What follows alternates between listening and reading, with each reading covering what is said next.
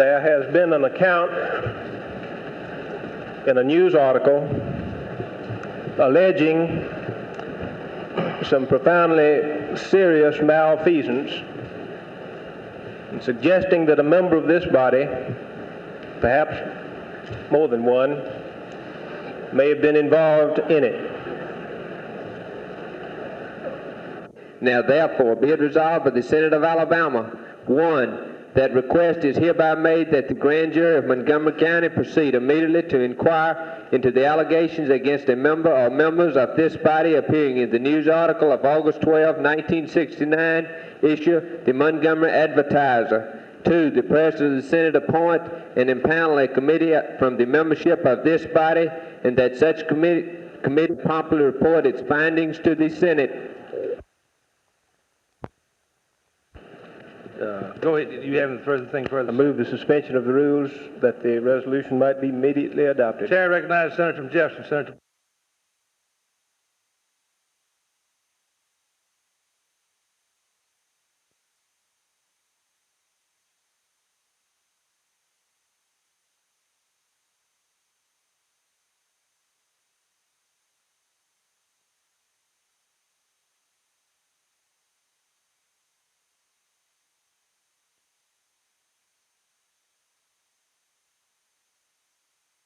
Before I do, I'd like to make 1 or 2 comments with respect to it. And I want it perfectly clear that nothing that I say here nor in this resolution that I would propose is in the nature of a criticism, an indictment, nor am I stating that I have suspicions or conclusions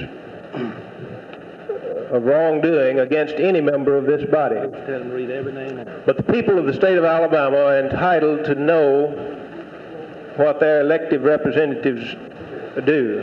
And every name on it. And they're entitled Read every name. to be assured that no member of this legislature, Senate or House, abuses the office that he holds in trust.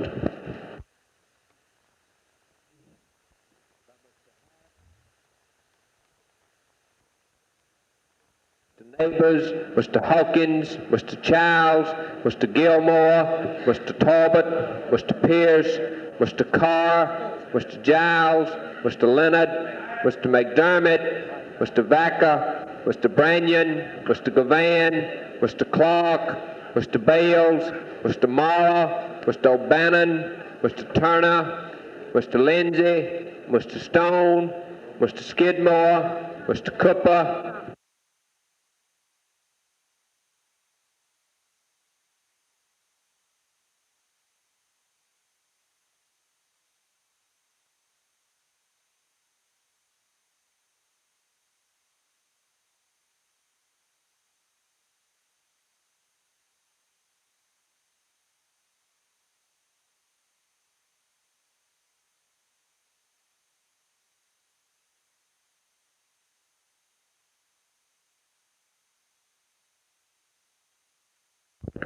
Well, in the past few weeks, the last 2 weeks, there has been quite a few cases.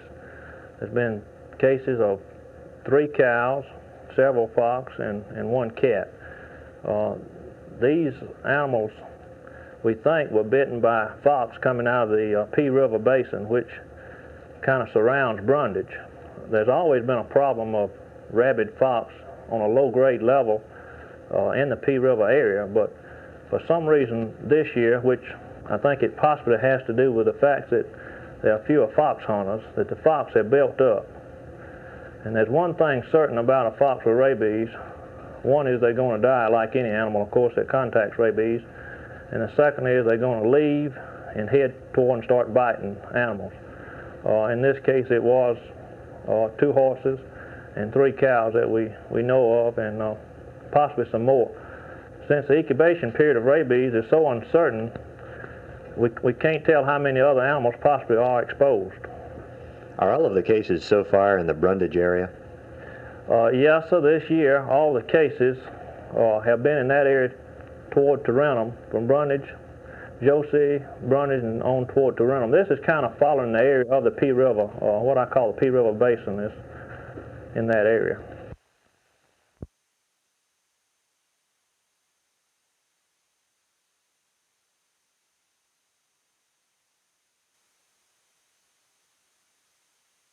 Investigating on it.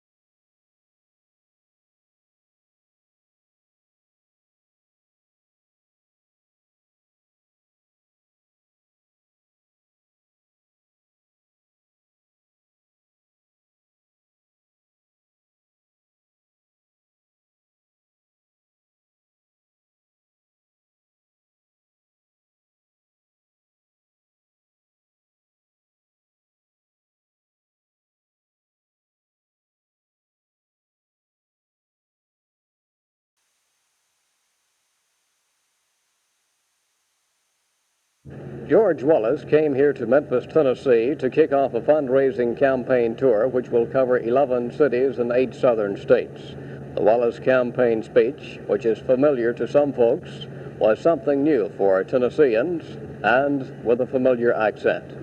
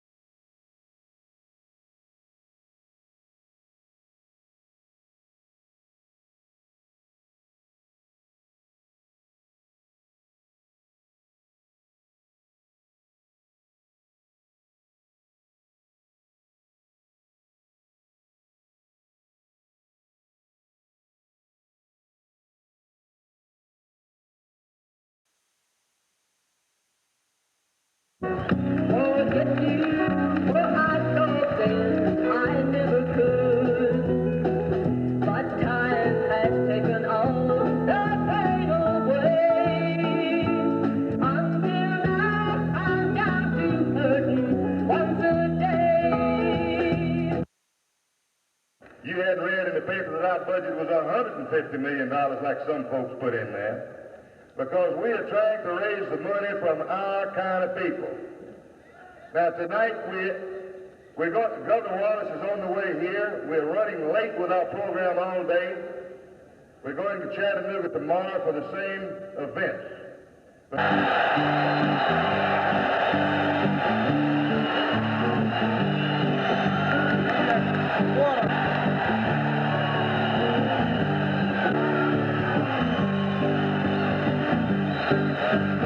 Thank you very much, ladies and gentlemen.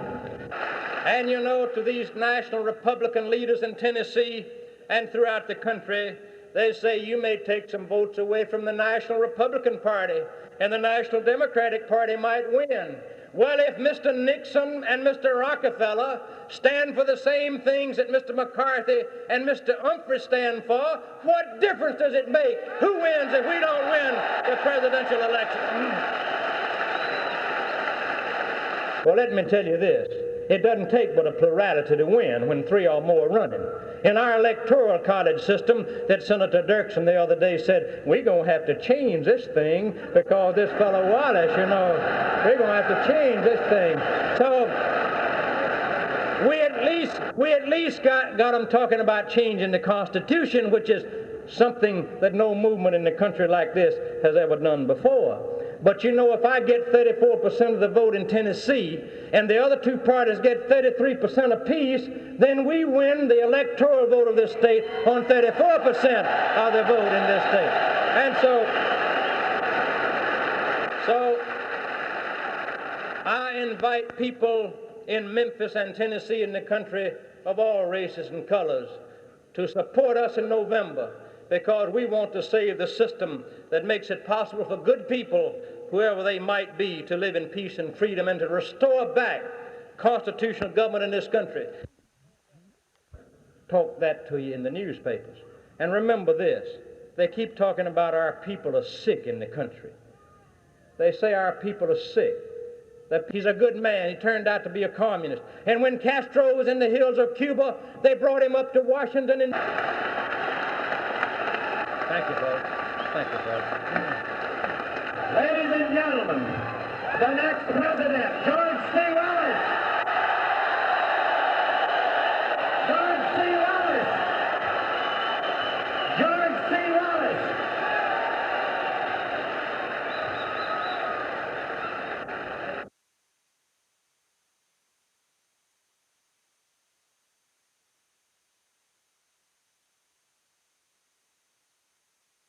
The announced goals are good: to encourage work and the creation of jobs, to encourage families to stay together, to assure that those who work will receive as much as those who don't, to share tax revenues with the states.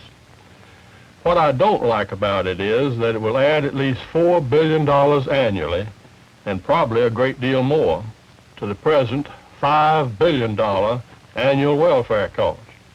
More significantly, it will add more than 12 million Americans to the number receiving government assistance, more than doubling the present 10 million.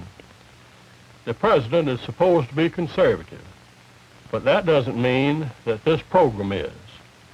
I will certainly give the proposal the careful study it deserves.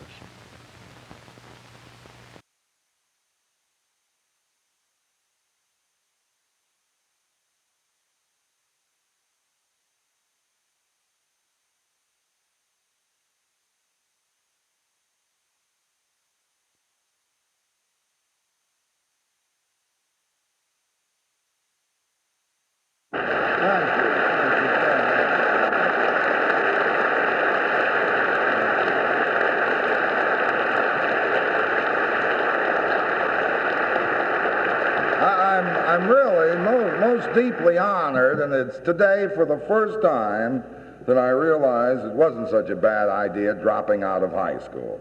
I'm a university president today.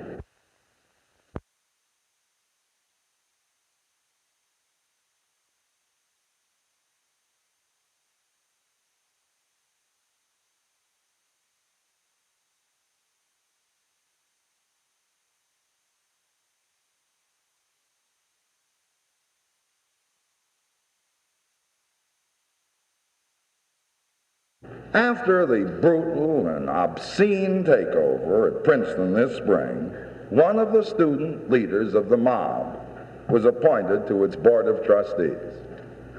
I tell you, if the world was run as brilliantly as Princeton is, Richard Speck would have been appointed night watchman at the nurses' dormitory, and Adolf Eichmann chief rabbi of Berlin.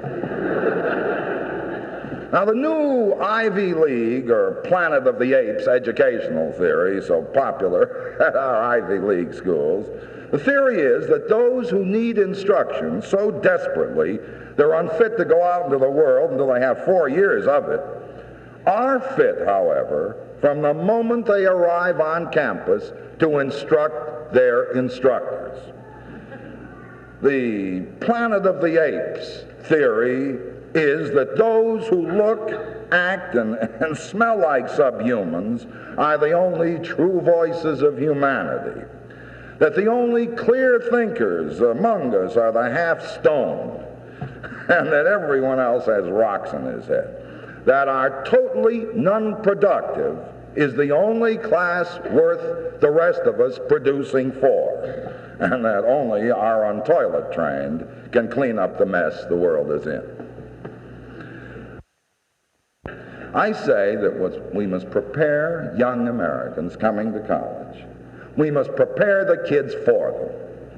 We must teach young Americans to love America as artfully and as ardently as the Fagins on our faculties teach them to hate it.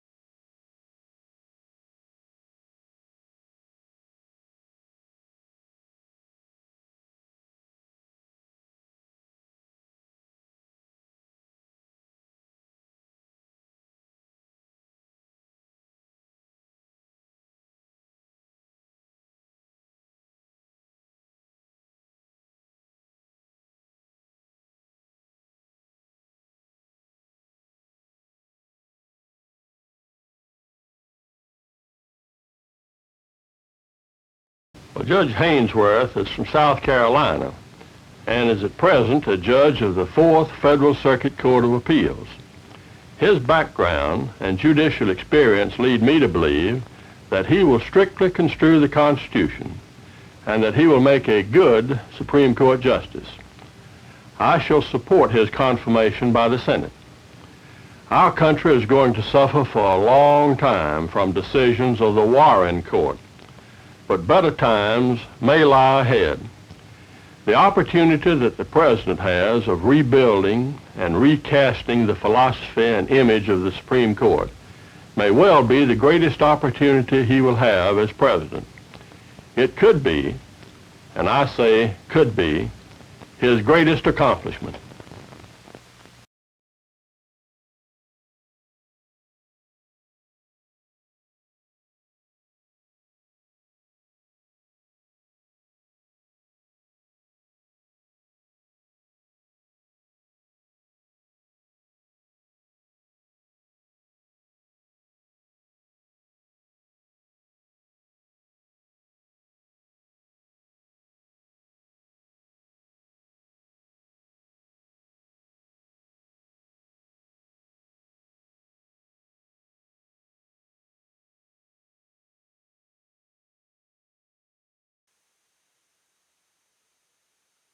The Select Committee of 7 senators represent a rather broad spectrum of concern in the Senate. Yesterday, when the announcement was made that we would meet, I asked that each senator who was interested in this to forward either to myself or a committee member or to call it to our attention the area of concern that they wanted to strengthen by way of protecting the consumer. And this, we have tried to go into these areas and to strengthen or tighten up these consumer remedies, or the shield of protection, as one committee member said, that that's what we needed to do. At the same time, we ask also people in the credit field that if they saw a problem that would make their business operation difficult, then to call that to our attention. We have worked today, we will work all day, and I believe that substantial progress has been made, at least with these 7 senators. Do you feel, Senator, that by the time this current session comes to an end that you will have passed a credit consumer piece of legislation? Yes, I think it's very, very important to do that. We have, you know, strictly rate bills that just increase the rates, but the sentiment in the Senate today is that we should couple any adjustment in rates to consumer protection, and we think that is the key to it.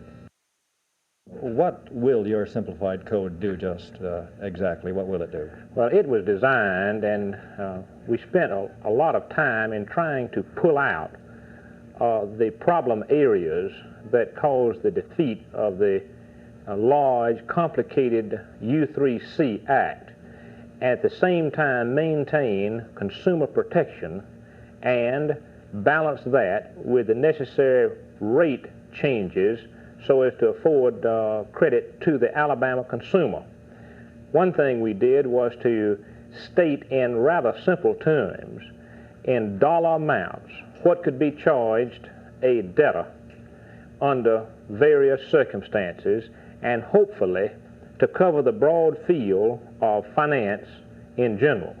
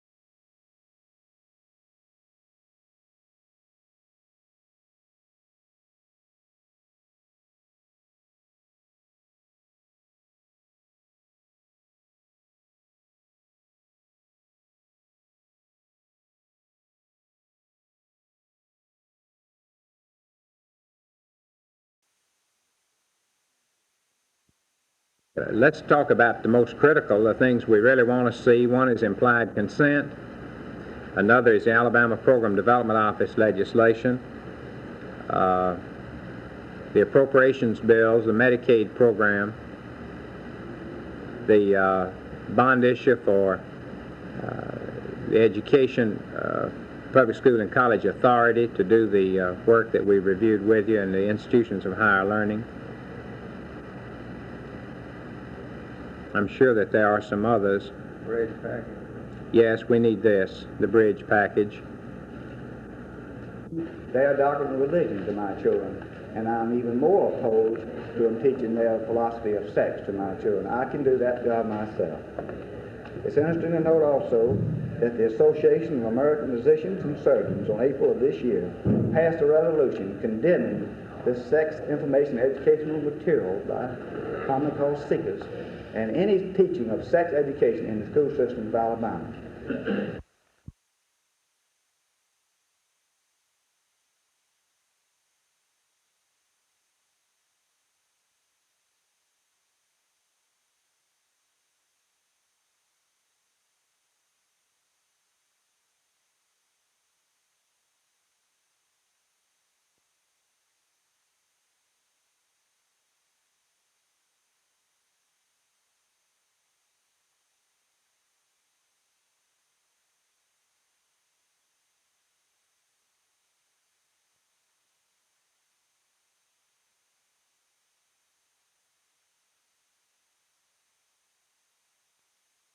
We have got a state textbook committee empowered by law to approve all the material that is used in our public schools. Seems to me that if necessary, legislation saying no course shall be taught as a credit or otherwise in our public schools except those courses approved by the course study committee. Number two, no material of any kind shall be used in our schools unless it has been expressly approved by your state textbook committee. And you put the responsibility there and you stop it at its source. But this way, this bill right here is going to excite attention. It's going to get out of those school children. The old mean legislature holding something back from us that we ought to know. And it's just going to sharpen our appetites. This bill is not good legislation, my judgment. To live by. And many of these laws, as a matter of fact, it seems that most of these laws have no provision for punishment.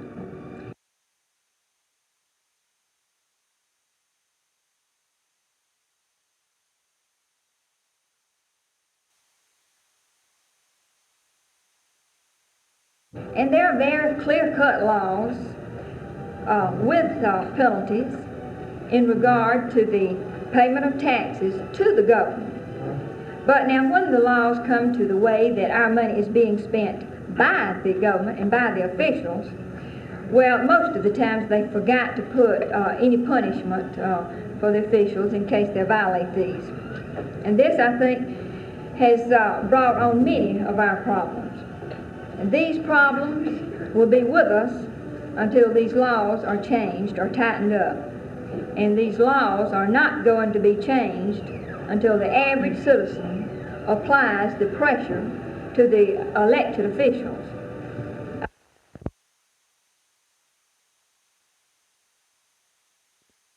When we find that these people have broken the laws, well, what are you going to do about it? There's no punishment provided. So I feel like that this is one of our great problems.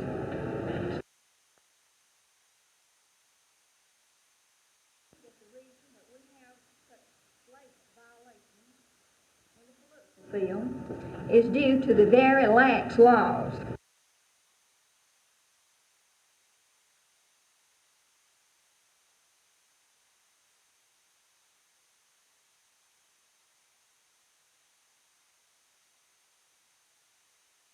But when we get into the world of the average citizen, oh boy, this is another story.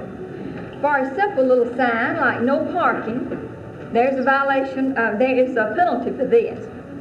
And when we see a little sign that says 30 miles an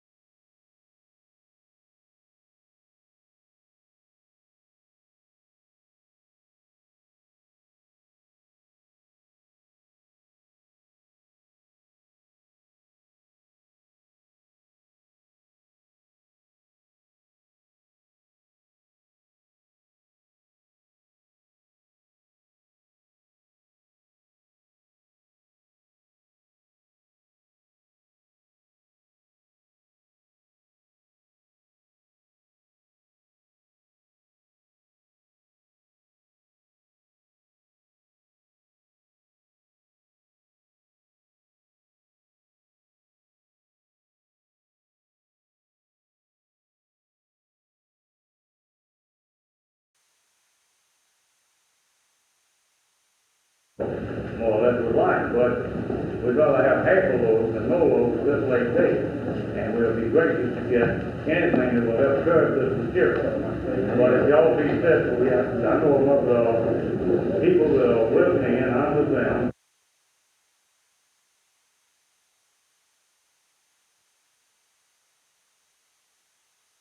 I feel that I'm able and well capable of teaching my children all they need to know about sex. I would be opposed.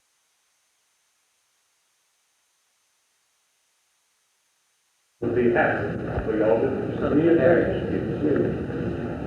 Do you believe that at this late stage to try to